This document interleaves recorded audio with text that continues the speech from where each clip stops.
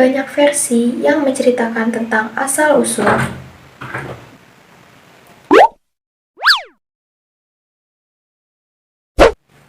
Hai, Assalamualaikum warahmatullahi wabarakatuh.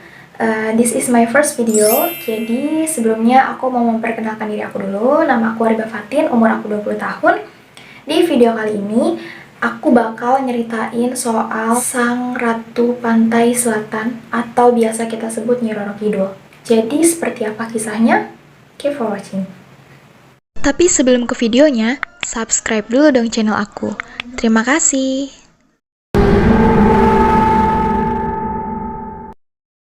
Kisah legenda tentang Ratu Pantai Selatan ini memang sudah tersohor di mana-mana.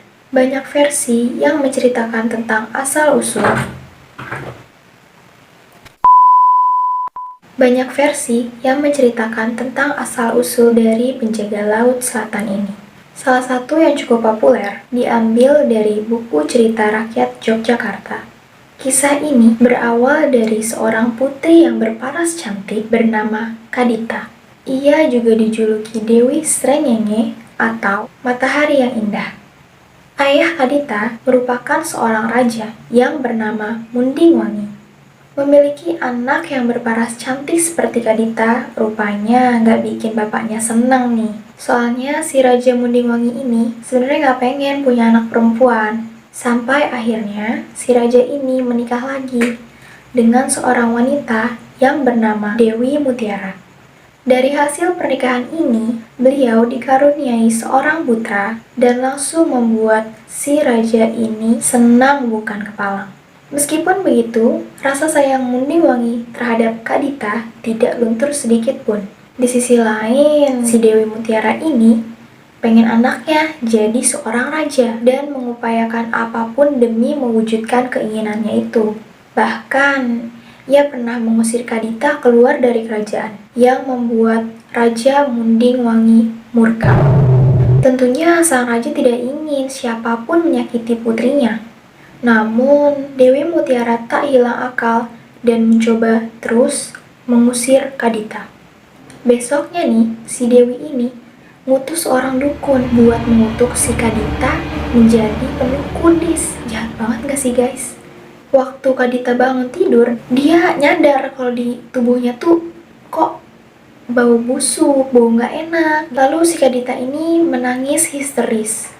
Mendengar kabar tersebut, sang raja pun sangat sedih. Lalu ia memanggil tabib dan orang pintar untuk menyembuhkan penyakit putrinya ini guys. Sayangnya cara tersebut tidak berhasil. Raja yang menyadari penyakit putrinya tersebut tidak wajar, akhirnya mengutus putrinya untuk keluar dari kerajaan dan menghindari gunjingan dari semua negara. Dalam perjalanannya selama 7 hari 7 malam ini guys, si Kadita ini sampai tuh di Samudra Selatan atau Pantai Selatan. Lalu ia memandang laut yang jernih dan bersih. Terus habis itu si Kadita mencoba melompat ke laut tersebut.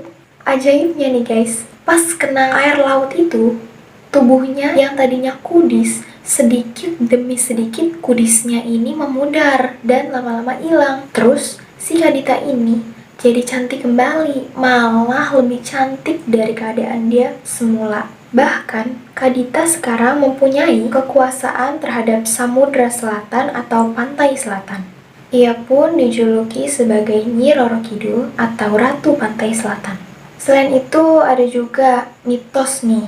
Konon katanya nih, terdapat beberapa tempat yang menjadi penghubung antara dunia manusia dengan dunianya Nyi Roro Kidul ini.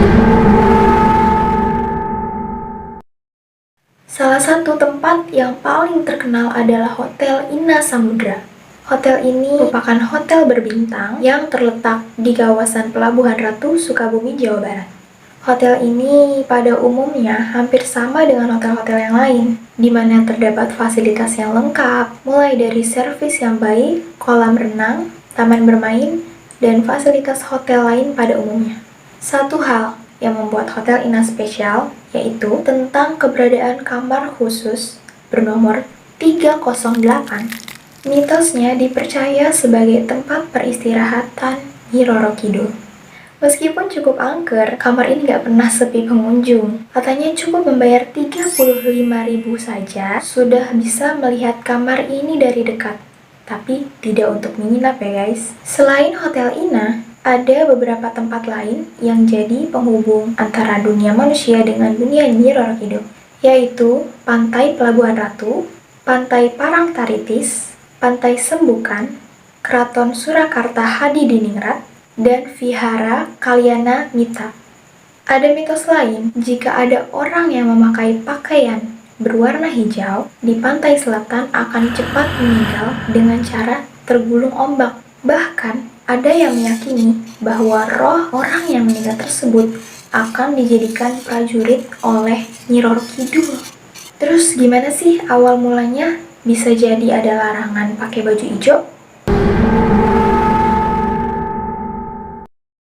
Kisahnya berawal ketika Panembahan Senopati bernama Raden Danang Sutawijaya yang menjadi pendiri kerajaan Mataram sedang mencari kekuatan gaib untuk bisa mengalahkan kerajaan Pajang.